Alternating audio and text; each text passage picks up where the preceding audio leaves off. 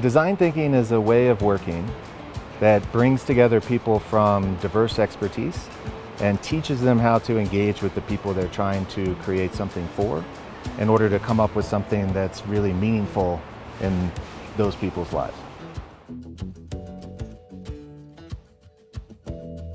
Design thinking has multiple facets to it. One of the main focuses of design thinking is empathizing. So how do you connect with the people that you're trying to serve?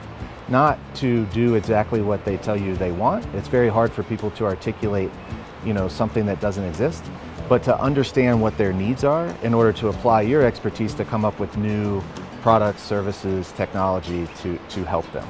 So I think a lot of people doing social impact work are really close to their constituents, but this gives them a set of tools to help make sense of the information that they're getting back, and then to sort of rapidly experiment their way toward solutions that haven't been tried before.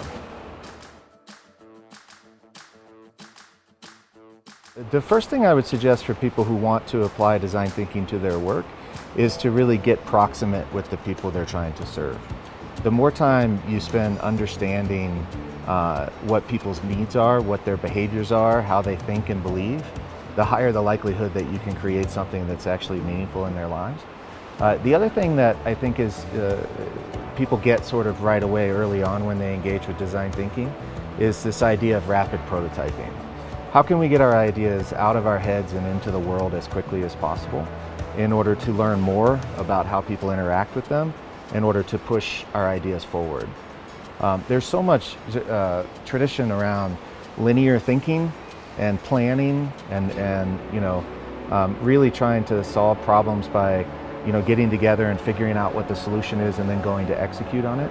This is kind of the inverse of that. So rather than spending a lot of time planning, you go out immediately and you start engaging with people, and then you come up with an idea and then you prototype it in order to learn more. So it's kind of shifting that linear way of working to a cyclical way of working, which actually propels you forward much faster.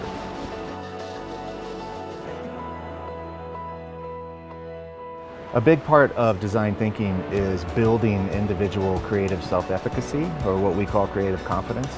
So if you think about innovation, and it's such a ubiquitous term now, but if you think of innovation as being something that's never existed before, if you want to make something that's never existed before, you have to do something different. And that means taking a personal risk, right? Most of us, we're sort of trained our whole lives to play to our strengths and get better at the things that we already know that we're good at. But if you do the same things you've always done, you can't expect a different outcome. That's actually the definition of insanity, right? So for a lot of people who are really high achievers, like the folks at the Action Forum, the challenge is to get people to try something that is uncomfortable in the interest of ending up someplace that's unexpected. So this whole idea of embracing failure and experimenting and being able to stand up in front of your team and say, I don't know exactly where we're going, but I have a way for us to get there. That's a whole mindset around, embracing personal risk that really takes a lot of practice and takes support of community to make it easier for people to do that.